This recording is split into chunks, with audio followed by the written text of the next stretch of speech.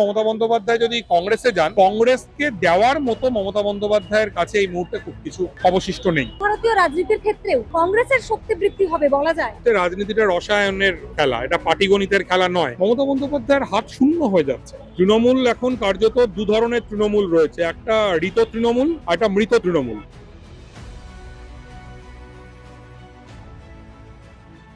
28 বছর পর শেষমেশ ঘর ওয়াপসি মমতা বন্দ্যোপাধ্যায়, কংগ্রেসেই ফিরতে হবে মমতা বন্দ্যোপাধ্যায়কে।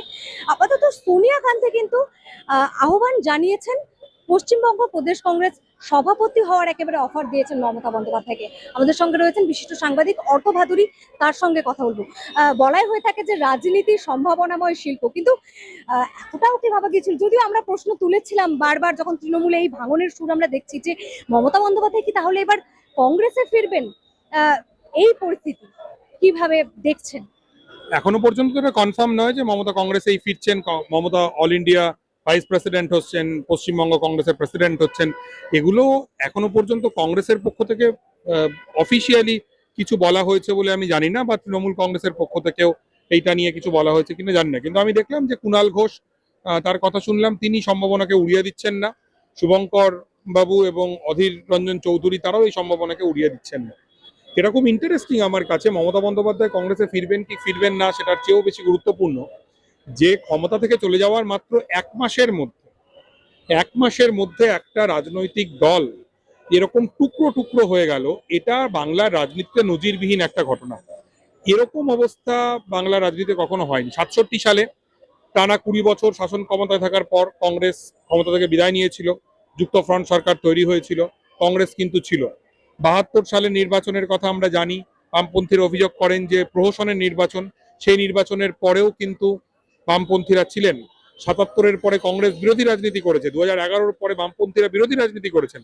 কিন্তু আমরা দেখলাম যে 2021 সালের পালাবদলের পর মমতা বন্দ্যোপাধ্যায়ের দল তাসের ঘরের মতো ভেঙে পড়ছে। এইটা খুব অ্যালার্মিং যে তৃণমূল যদি একটা রাজনৈতিক দল হয় তাহলে বোধহয় এটা কাম্য নয়। নো ডাউট এটা অপারেশন লোটাসের সঙ্গে তুলনীয়। এটা শিবসেনাকেও আমরা দেখেছি এরকম ভাবে ভাঙতে। কিন্তু শিবসেনার যেটা ইউবিটি, ঠাকরেদের শিবসেনা, সেখানে তাও কিছু মানুষজন ছিলেন। মমতা বন্দ্যোপাধ্যায়ের হাত শূন্য হয়ে যাচ্ছে। এটা ভীষণ দুর্ভাগ্যজনক, খুব লজ্জার একটা ছবি। কিন্তু আমরা যদি একটু মানে রাজনীতি তো অঙ্ক, সেই অঙ্কটা যদি কষতে বসি, তৃণমূল 41% ভোট পেয়েছে এবারের 26-এর নির্বাচনে, কংগ্রেসের হাতে আছে 3% ভোট। তো তৃণমূল আর কংগ্রেস যদি একসঙ্গে আসে, এই যে ভোট শতাংশ, যতই তৃণমূল ভেঙে যাক, ঋতুব্রত বন্দ্যোপাধ্যায় দল ভাঙেনি, বেশিরভাগ বিধায়ক ওনার কাছে চলে যাক, কিন্তু মমতা বন্দ্যোপাধ্যায়কে দেখেই ভোট হয়েছে এখনো। কিন্তু রাজনীতিতে এটা সবাই মানছে। তো সেই 41% ভোট থাকছে, তাহলে এই ভোট শতাংশ আগামী দিনে বিরোধী রাজনীতিতে কি অঙ্ক কষতে পারে?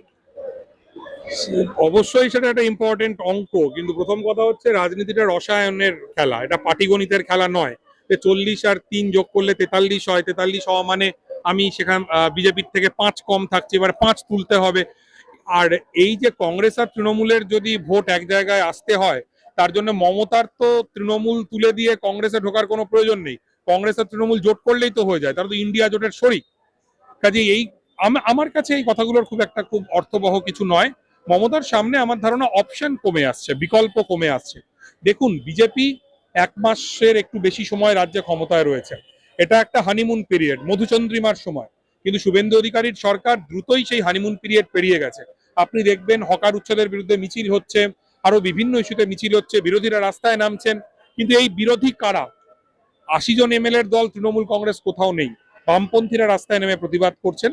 কাজেই আমার মনে হয় যে মমতা বন্দ্যোপাধ্যায় যদি কংগ্রেসে যান, সেক্ষেত্রেও কংগ্রেসকে দেওয়ার মতো মমতা বন্দ্যোপাধ্যায়ের কাছে এই মুহূর্তে খুব কিছু অবশিষ্ট নেই। তাহলে বিরোধী রাজনীতির যে শক্তি বা ক্ষমতাটা কার কাছে থাকবে? কারণ তৃণমূল, আমি যদি নব্য তৃণমূলের কথাও বলি, যারা মমতা বন্দ্যোপাধ্যায়ের থেকে মুখ ফেরাচ্ছেন, তাদেরকেও তো আমরা এই ঘটনাগুলোর বিরোধিতা করতে দেখছি না বা পথে নামতে দেখছি না। নব্য তৃণমূল বলে কিছু নেই, ওটা বিজেপির এক্সটেন্ডেড পার্ট, বিজেপিরই অংশ। তৃণমূল এখন কার্যত দু ধরনের তৃণমূল রয়েছে, একটা ঋত তৃণমূল আর একটা মৃত তৃণমূল। ঋত তৃণমূল হচ্ছে বিজেপির বি টিম, আর মৃত তৃণমূল হচ্ছে যারা এখনো মমতা বন্দ্যোপাধ্যায়ের সঙ্গে রয়েছেন। তৃণমূল কংগ্রেস দলটা কার্যত পলিটিক্যালি ডেড। এইটা মেনে নিতে হবে। এবং বিরোধিতার পরিসর এই মুহূর্তে পশ্চিমবঙ্গে খুবই কঠিন জায়গায় রয়েছে। বামপন্থীরা যদি তারা লড়াই করেন, তারা তাদের অতীতের ভুল ভ্রান্তিগুলো শুধরে নেন, তারা আক্রান্ত মানুষের পাশে দাঁড়ান, বিপন্ন মানুষের পাশে দাঁড়ান, তাহলে আগামীতে মতাদর্শের লড়াই বামপন্থীদের হাত শক্তিশালী হবে, বামপন্থীরা জমি পাবেন। কিন্তু এখনো বামপন্থীদের একটা অংশের মধ্যে তৃণমূলের দীর্ঘ 1.5 দশকের অপশাসনের ফলেই খানিকটা হলেও বিজেপির প্রতি একটা দুর্বলতার জায়গা রয়েছে। সেইটা থেকে যদি তারা মুক্ত হন, তারা যদি প্রকৃত বিরোধী দলের মতো রাস্তায় থাকেন, সংগ্রামে থাকেন, তাহলে ডেফিনেটলি বামপন্থীরাই এই রাজ্যে বিজেপি বিরোধিতার ব্যাটন তাদের হাতে থাকবে। অর্থাৎ ফের একবার বাম রাজ্য পশ্চিমবঙ্গ মানে গঠিত হতে পারে, বাম জামানা ফিরতে পারে। আমি এরকম কোনো সম্ভাবনা এখনই দেখছি না। আমি আন্দোলনের কথা বলছি। বামপন্থীরা পশ্চিমবঙ্গে প্রথম ক্ষমতায় এসেছিলেন 67 সালে। তার আগে টানা 20 বছর তারা আন্দোলন করেছেন। তারা খাদ্য আন্দোলন করেছেন দুবার। 59 সালে রাস্তায় পিটিয়ে সরকারি মতে 80 জন, বেসরকারি মতে 200 জনকে মারা হয়েছিল। 53 সালে শিক্ষক আন্দোলন হয়েছিল। তারপরে নুরুল ইসলামরা গুলি খেয়েছিল। 47 থেকে 67 টানা 20 বছর আন্দোলন করে 67-তে যুক্তফ্রন্ট, আবার 72 থেকে 77 রক্ত ঝরিয়ে আন্দোলন করে তারপরে বামফ্রন্ট। কাজেই বামপন্থীরা যদি লড়াই সংগ্রামের মধ্যে থাকেন, রাজপথে থাকেন, তাহলেই পশ্চিমবঙ্গে বামপন্থার পুনরুজ্জীবন হবে। সংসদীয় ভাবে কি হবে, কবে হবে, সেটা তো তারপরে দেখা যাবে। তো শুধু পশ্চিমবঙ্গ নয়, আমরা যদি জাতীয় রাজনীতির ক্ষেত্রেও দেখি, খুবই তাৎপর্যপূর্ণ। বিজেপি যেমন তৃণমূলের সাংসদদের ভাঙানোর চেষ্টা করছে, কারণ গত যে লোকসভা নির্বাচন আমরা জানি সংখ্যাগরিষ্ঠতা, একক সংখ্যাগরিষ্ঠতা বিজেপি পায়নি, তাদের জন্য এটা খুবই গুরুত্বপূর্ণ।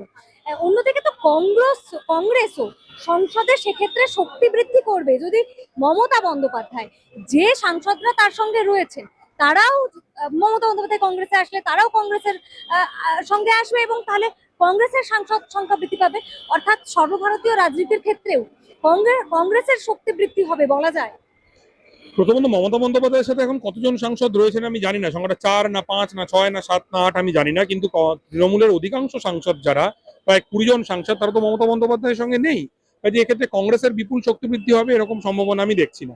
বরঞ্চ যেটা ইন্টারেস্টিং সেটা হচ্ছে বিজেপির বিপুল শক্তি বৃদ্ধি হবে, কারণ এই যে নতুন তৃণমূলের যে ব্লক, যেই ব্লকে কাকুলি ঘোষ দস্তিদার আছেন, অন্যান্যরা রয়েছেন। আমি শুনছি যে আমাদের যাদবপুরের সাংসদ সায়নী ঘোষ তিনিও আছেন। তারা যদি এই নতুন কোনো ব্লক তৈরি করেন, এবং করবেন তারা ঘোষণা করেছেন, সেক্ষেত্রে বিজেপি লাভবান হবে। আমি এখনই এই মমতা যদি কংগ্রেসে চলেও যান, সেক্ষেত্রে মমতা বা কংগ্রেস কারুরই যে খুব কিছু লাভ হবে এরকমটা আমি অন্তত দেখছি না। ক্ষতি কি হবে কি মনে হচ্ছে? কারণ মমতা বন্দ্যোপাধ্যায়ের বিরুদ্ধে বা তৃণমূলের বিরুদ্ধে যে ক্ষোভ আছে গত 15 বছরের, একটা তো অ্যান্টি ইনকাম বেসির জন্যই তো সরকার উল্টেছে, সেটা থেকে কংগ্রেসের উল্টে বরং ক্ষতি হয়ে যেতে পারে। পশ্চিমবঙ্গে তৃণমূল কংগ্রেসের সঙ্গে হাত মিলিয়ে যারাই রাজনীতি করবেন, আমার মনে হয় বর্তমান যা রাজনৈতিক পরিস্থিতি, তাতে তাদের লাভের কোনো সম্ভাবনা নেই, ক্ষতির সম্ভাবনা। আর মমতা বন্দ্যোপাধ্যায়, তাকে তো আলাদা করে ফিগার করা হয়। মমতা বন্দ্যোপাধ্যায়ের জনপ্রিয়তা এখনো আছে, অনেকেই মানছেন।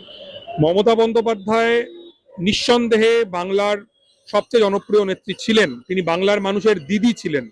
কিন্তু 2016 সালের পর থেকে দিদি থেকে তিনি সিএমএ পরিণত হন, এবং তারপরে আইপ্যাক বলে একটা কর্পোরেট সংস্থার দ্বারা পরিচালিত সিএমএ পরিণত হন। আমার মনে হয় এই মুহূর্তে মমতা বন্দ্যোপাধ্যায়ের কোনো জনপ্রিয়তা, গ্রহণযোগ্যতা আছে বলে আমার মনে হচ্ছে না। তার কারণ মমতা বন্দ্যোপাধ্যায়কে অসামান্য বিরোধী নেত্রী ছিলেন আমরা দেখেছি, কিন্তু গত 1 মাসের বেশি সময় রাজ্যে বিজেপি সরকার রয়েছে। আপনি কি দেখেছেন মমতা বন্দ্যোপাধ্যায় রাস্তায় নেমে প্রতিবাদ করছেন?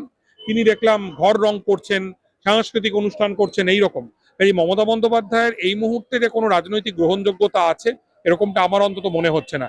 বিজেপি বিরোধী মনোভাব প্রবল, বিরোধী মনোভাব আরো তীব্র হবে, কিন্তু মমতা বন্দ্যোপাধ্যায়ের মাধ্যমে বিজেপি বিরোধী রাজনীতি, সংগ্রামী রাজনীতি, সেটা হওয়া সম্ভব বলে আমার মনে হচ্ছে না। 5-এ পা দিল ইনস্ক্রিপ্ট। এই 5 বছরে আমরা আমাদের সাধ্যমতো শ্রম, নিষ্ঠা এবং সাহসে ভর করে চালিয়ে গেছি আমাদের সাংবাদিকতা। এক্সিট পোলের মিথ্যাচার ফাঁস করেছি আমরা। গিগ শ্রমিক, পরিযায়ী শ্রমিকদের কথা বারবার তুলে ধরেছি আমরা। প্যালেস্টাইন, বাংলাদেশ নিয়ে কথা বলেছি আমরা। বাংলাদেশের শাটডাউনের দিনগুলিতে প্রবাসী বাঙালিদের তাদের পরিবার পরিজনের খবর দিয়েছি আমরা। নাগরিক সাংবাদিকতা চালিয়ে যেতে গেলে চাই নাগরিকদের প্রত্যক্ষ অংশগ্রহণ। তাই আমরা ডোনেশন ব্যবস্থা চালু করেছি। স্ক্রিনে দেওয়া এই কিউআর কোডে আপনারা আমাদের যে কোনো অঙ্কের মূল্য পাঠাতে পারেন। আপনাদের অনুদান আমাদের নিজেদের কাজ এগিয়ে নিয়ে যেতে সাহায্য করবে।